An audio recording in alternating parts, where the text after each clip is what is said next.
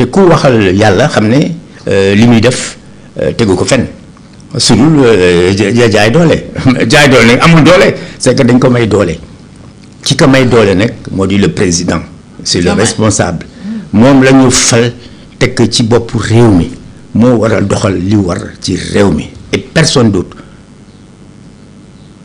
kon yow comprendre ni président Bassirou Diomaye Faye di doxalee face à Ousmane Sonko. Non, j'ai pas compris. C'est-à-dire que je ne sais pas.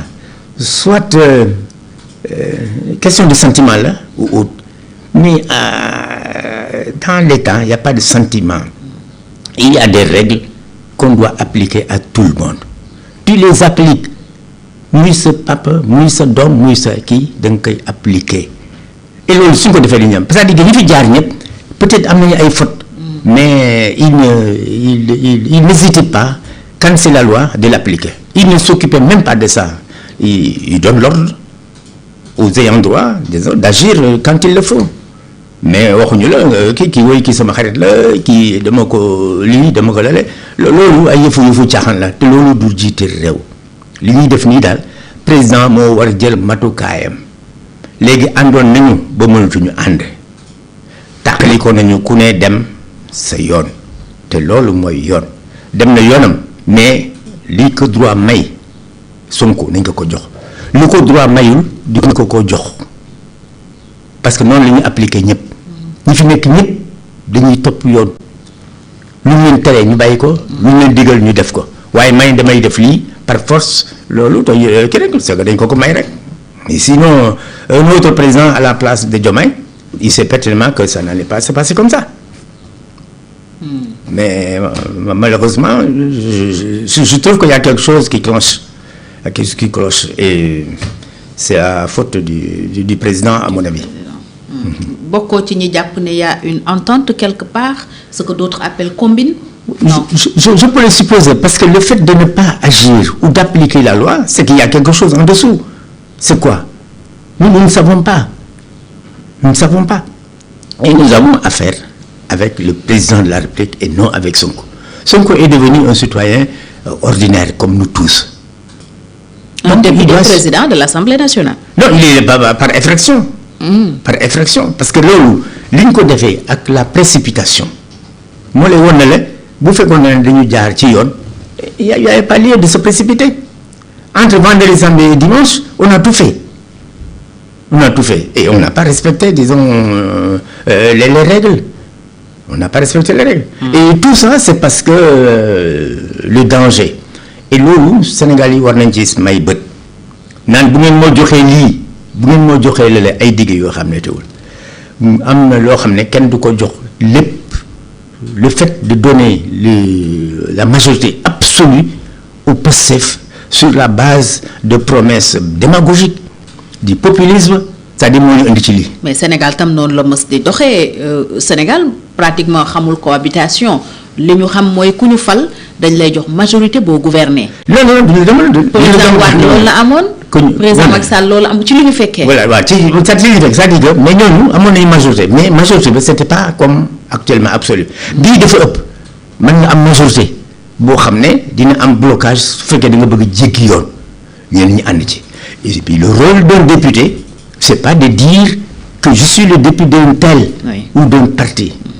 Le député il est le député du peuple de la nation c'est-à-dire que li aw yoon war na ko def mais bu awul yoon même bu dee partem wala muy qui que ce soit waru ko approuver mais vous avez entendu certains députés ce qu'ils disent. député diw la. loolu yàgg na fi aussi. yàgg nañ ko dégg. yàgg nañu dégg loolu. mais c'est pas normal. oui c'est pas normal mais lu bees. lu dul yoon. oui lu dul mën a nekk. dégg nañ fi député Ablaye Wade la dégg nañ fi député Macky Sall la. mais du yoon. dafa ëpp. oui léegi dafa ëpp xam bu njëkk yooyu yëpp amoon nañu. des violations des trucs et tout ça mais malgré tout c'est-à-dire ñi nekkoon à la tête comme Wade wala Macky et tout cela. parfois ils disent attention là c'est trop. oui là c'est trop. Je prends madame l'exemple de Abdou Diouf. Les gens lui ont dit une fois njool Makka mu ne boobu nag dafa ëpp wax leen ma njool rek. mais aussi bi ñu la jox lépp nga jël lépp. mais ce qui se passe actuellement c'est-à-dire que c'est pire qu'une dictature C'est pire qu'une dictature. Les gens ne se sont pas battus pour reculer comme ça, de cette façon. Aussi bien la démocratie, aussi bien les libertés de presse, d'opinion et de tout. Même des gens qui ont des droits légitimes, on leur refuse ça. Je prendrai par exemple l'exemple du président Macky Sall. C'est un ancien président. Il a des droits. On lui a tout refusé. Au nom de quoi? Bu ñu ko jàppee ba tëj ko mën nañ ko refuser, mais tant que amul procès bu ne moom dafa luubal dafa def lii dara, il a droit à tous ses privilèges comme ancien président. dafa ñu ko dara. Tous les anciens présidents ñu ngi leen di tàgg. Et là je trouve que le président fu mu citer les anciens présidents waroon na ci boole Macky. C'est une faute dans son discours. C'est un bon discours, mais waroon na ci boole parce que mooy présider le centenaire du président Wade. mu neex ko mu naqadi ko, Macky c'est un ancien président. C'est un ancien président. Il a droit à des prérogatives, à des avantages, à des privilèges. Tout benn joxuñu ko ci. Il n'a pas dit. Et là aussi, pour faire plaisir à qui? À un parti qui est venu comme ça par hasard, en trompant les gens pour aller au pouvoir. Ce n'est pas normal. dañ ko teg pour mu doxal yoon. képp bépp citoyen bu am droit ci dara bu ko kenn foqati nañ ko jox ba mu mat ku amul droit nag buñ la jox dara. Voilà, mais alors, on doit appliquer la loi, la constitution et tout ça. Mais ñoom tu as l'impression que bon kii neexuma daal ba nañ ko tëj kii neexuma ba ñu ko def lii. Ce n'est pas normal. Njiit day juste yoon bu ñu ko sàkkee c'est pour ñu awale ko ci yoon bi ki jàdd yoon wi tu le ramènes sur le chemin. Mais yaa ma neex rek kooku mënul doxal réew. fu ñu jëm dañuy tardé ñëpp raw nañ ñu. Et ce n'est pas normal.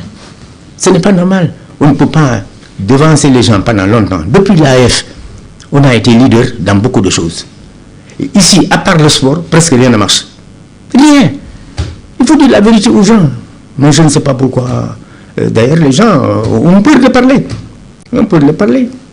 Alors, à supposer que Ousmane Sonko des Assemblée nationale continue nekk président bi pour le reste du mandat du président Diomaye, supposition la rek xamaguñu lan mooy xew suñu kanam, lan nga ciy ragal que ñu nekk dans une vraie peut-être cohabitation, lan moo mën a xew, yan scénario nga gis dans ce cas précis? Li mën a xaw moo di bu conseil constitutionnel atte luy yoon ñu teg ki jaarul yoon ci yoon. bu nee dafa incompétent. waaw bu ko def c'est violation la. c'est-à-dire ñun peut-être jànguñu droit jànguñu dara mais li wóor moo di que loi yi dañu am degré. Les lois ordinaires et les lois organiques. Loi ordinaire mënul supplanter loi organique. Loi organique moo ko féete kaw. Il y a la constitution qui dit ceci et cela. C'est-à-dire c'est très clair. Leneen lu ñëw safaanoo ak article loi organique bi mais ça dañ ko war tàq loolu amul jàng droit amul dara yoon la. D'accord. loolu yoon la donc lii xaw ma dina jàll ou du jàll. parce que su conseil constitutionnel waxee ne amul droit nekk fa dafay jógee saa wala c'est mais su conseil constitutionnel ne dafa incompétent mooy dañuy bàyyi les choses en l'état. naka nga gisee cohabitation wu Diomaye Palais Ousmane Sonko Assemblée nationale. Sénégal si ban situation la mën a dugg au cas échéant. loolu xam nga boobu fa ñu ne amuñu. waaw. cas bu mel ni mënuñu ko atte jurisprudence mooy ñëw ça c'est le président de la République qui doit prendre ses responsabilités. Ah ouais. ñëpp ne nañu l'article 54 a été violé. mais président moom jàpp na ne Ousmane Sonko mën na dellu assemblée donc moom on peut pas s'attendre à ce que mu weddi boppam. article boobu moo féete kaw règlement intérieur assemblée nationale donc comme moo ko féete kaw bu defee loo xam ne da ko violé bii la ñuy dàq bi féete suuf moom la ñuy dindi dàq li mu dogal tëral li nga xam ne article 54 moom la doxal kooku c'est très clair. Maintenant lan la ñuy def personne ne sait. Sinon yi ci def yëpp ay mbuxum la ak des trucages pour c'est pas digne d'un état de droit. kon yow bëgguloo envisager situation où Ousmane Sonko continue nekk président Assemblée nationale. Mais ce n'est pas pour le reste